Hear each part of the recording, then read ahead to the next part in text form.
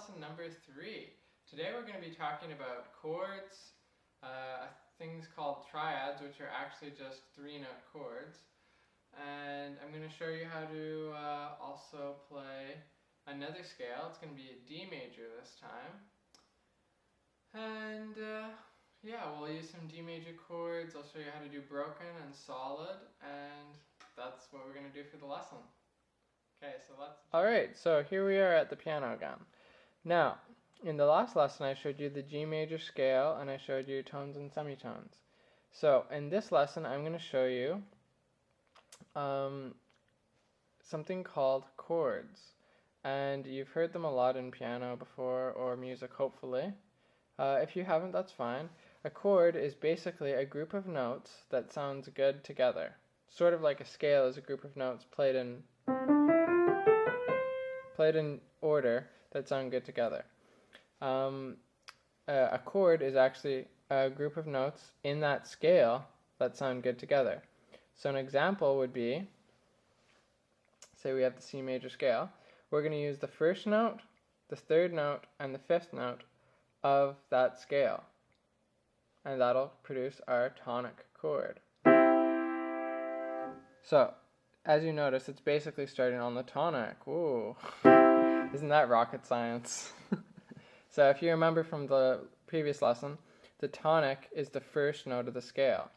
So that's the bottom note of our chord is the tonic note, so we call it the tonic chord.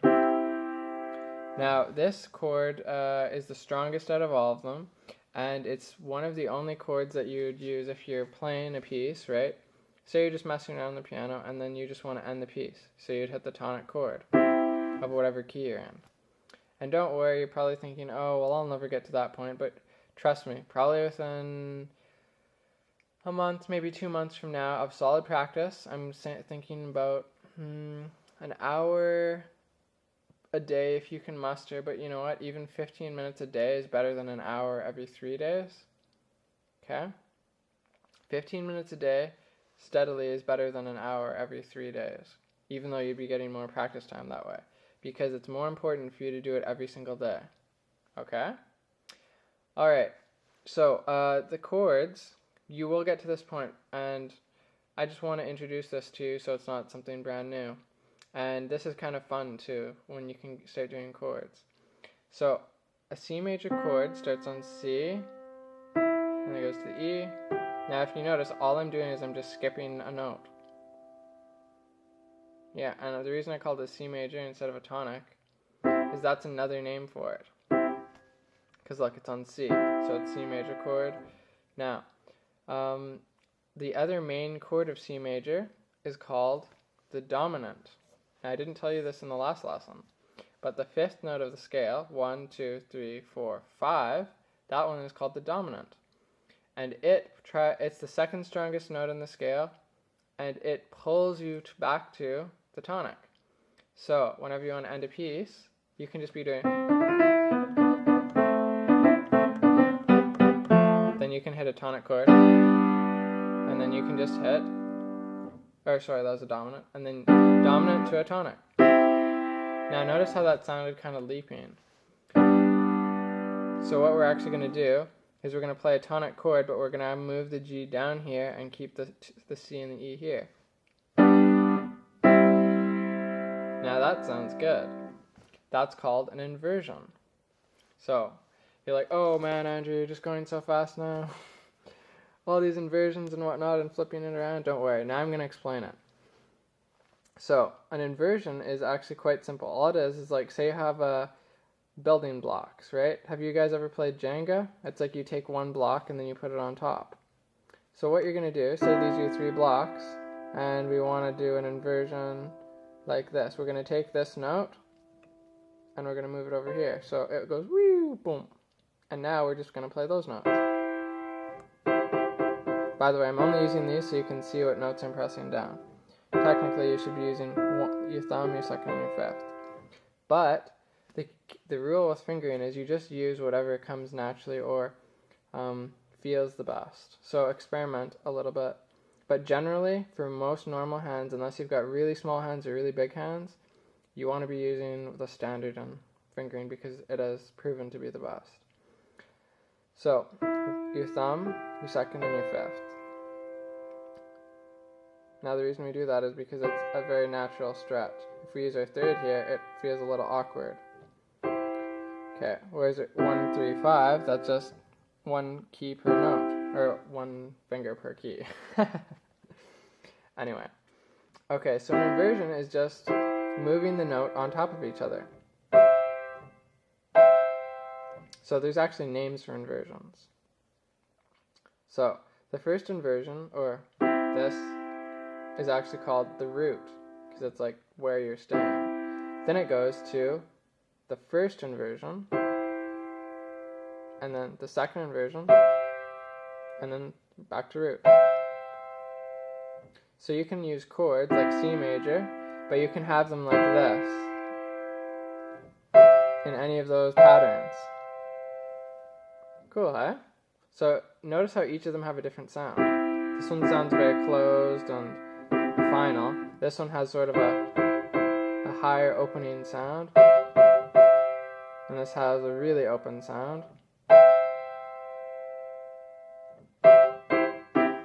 Cool, huh? So those are called inversions, and they can be for every chord. Every chord has an inversion. So, yeah, I actually didn't plan to get into inversions there, but whatever.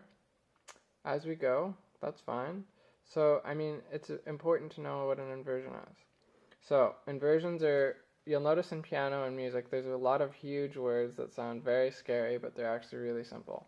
So, inversion is just a different way of moving the notes around. So, it's still all the same notes, because look at this. I have a C, an E, and a G. Now, if I'm playing this, what do I have? I have a C, an E, and a G. So I still have the same three notes, but they're just in a different order. How easy is that? So, C, E, G, and now I just have E, G, C, G, C, E. It's sort of like taking the number 1, the number 2, the number 3, and then just altering those numbers into different orders. But it's the same 3 numbers. Okay, anyway. So, that is called a solid chord when you play all 3 down together. Now, to play a chord properly, you need to have all 3 or all the notes in the chord go down at the very exact same time, as if they were one note. You don't want any of this, where like one note's going down, another isn't, or like that. That's bad. So you want to aim to have all notes go down and up together at the same time. Now, probably at first you're going to have difficulty doing these chords, and don't worry about that. You're going to do this exercise. Play the outside notes by themselves, so just 1 and 5, then play the inside note, then play the outside and the middle note. This is going to strengthen your fingers and get your hand used to playing these notes.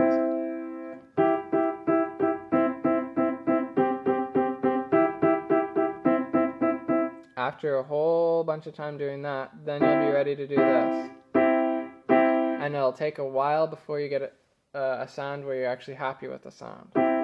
And then once you get more advanced, what you're going to aim to do is get all the notes going down at the same time, and then you're actually going to push forward into the keys, not just straight down. Because when you push straight down, you get kind of a banging, kind of like harsh sound.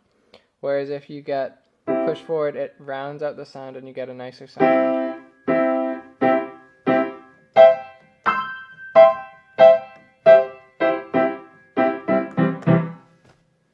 So, now, those are called solid chords. Well, actually, technically, these are triads. All you have to do a chord is you're going to add, now some of you might not be able to do this if you're younger or you have smaller hands. Now, reaching an octave is going from C to another C. And I'd advise that you be really, really careful when you do this, because if you stretch your hands too much, you can get injured or do tendonitis. So just do it slowly, and eventually you'll be able to reach it, hopefully. And if not, don't worry, because you can still roll the chords. And I'll get to that in a later lesson. Okay, so if you do want to play this, though, this is actually called a full 4-note chord. You're going to play the C, the E, and the G, and then just add whatever note is on the bottom up at the top. It's that simple. So then we go, and now we're going to do this one, this one, this one, and which note was on the bottom? It's the E, so we just play an E. And then, ta-da! So those are chords. Those are solid chords. Now, there's another pattern of chords called broken chords. Now, can you guess what they're going to sound like? Well, you could take a sledgehammer and try playing the chords with the sledgehammer, and that would be a very broken chord because you'd have a broken piano. But that would be the wrong kind of broken. What we want to do is break the chord up. Like that. Instead of playing it all at the same time, we're going to actually play it broken. So it's going C to E to G. So how we're going to do this is it's sort of the motion of turning a doorknob. Have you ever opened a doorknob? I hope so. Otherwise, how would you get around in your house? You'd have to be like, tell your husband or wife or child, open that door for me. And how would you ever get out of the bathroom? Anyway, so you turn your wrist and you rotate your wrist. So that's the motion we want to do with this, is we want a rotating motion. Because we actually want to use our arm to play the keys. We don't just want to use our fingers. A lot of people think that piano only has to do with your fingers. But actually it has to do with your entire arm, starting way up at your shoulder. So, what we want to do is we're going to roll, so we're going to start with our thumb, play on the side of our thumb, go right to the bottom of the key, get a nice tone. Now go to the middle key, or I guess our middle finger, the third one. Now as we do it, we're going to roll our wrist like this. Now as you can see, I've got a little gentle roll. I'm not doing stuff like this. It's a piggy rolling around in the mud. Oink, oink, oink. Okay, back to work, piggy. Okay, so it's just a nice gentle roll.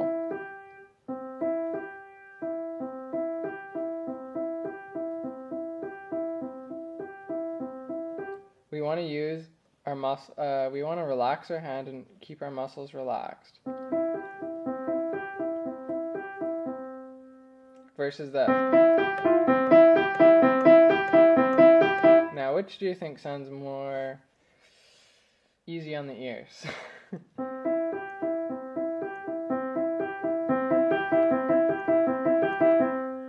So, it's all about wrist motions, and it'll actually help quite a bit if you can think of using your arm to play the piano just as much as your fingers. Especially in a real piano, you can hear a big difference in how all the keys sound and how it's all played if you are using your arm to play it. You can hear the subtle differences from your arm than you can if you're just using fingers. Okay? Alright, so that's one thing. So it's rocking back and forth. So I would practice that quite a bit. Now, so that's the first one. Now we can go to the next inversion. We can do this. Now we're going to pull our thumb in and put it where the third finger was. And we're going to put our second finger out and stretch our hand out again, sort of like an accordion. And then, as we roll over here, we're going to pull our thumb in and drop it on the G. And see how, as I'm doing this,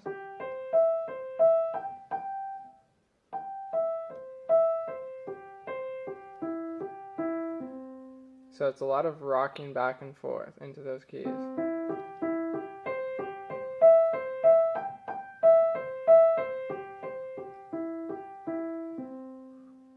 Just like that.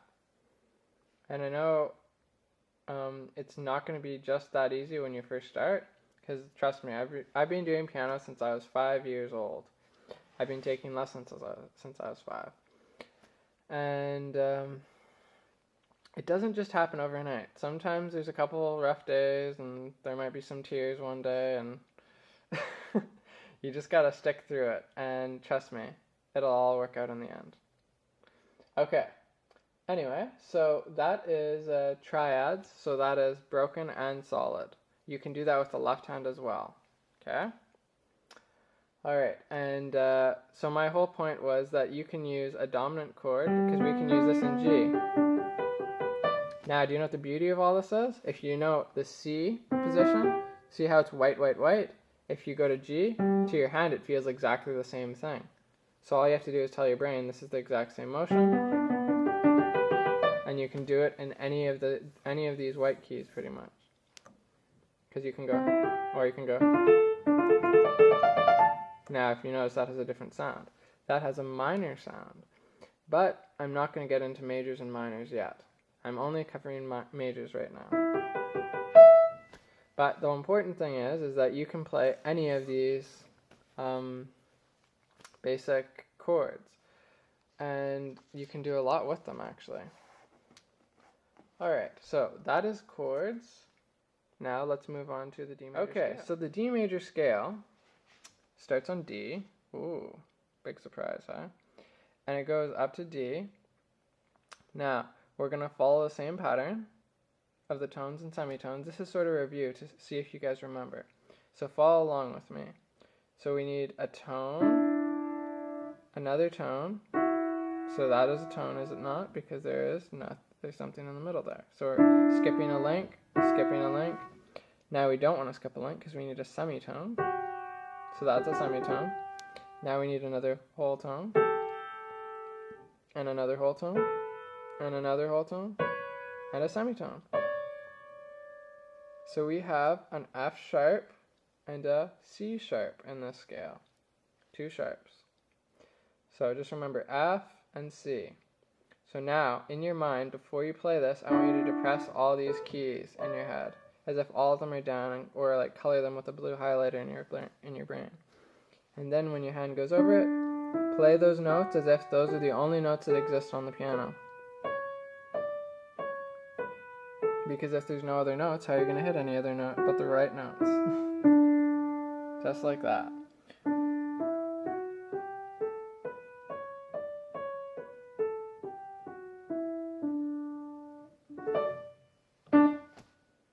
Okay.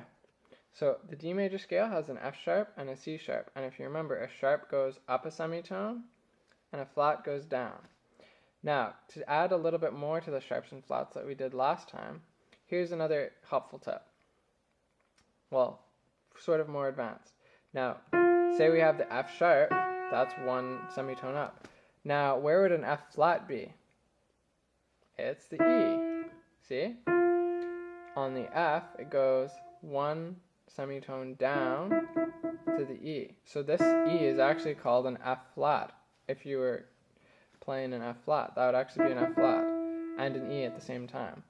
So try not to get too confused, because generally you're going to see it as written as an E. Very rarely do you ever see F flats, so don't worry about it too much. This is more of the sake for filling in any gaps that you might be wondering about.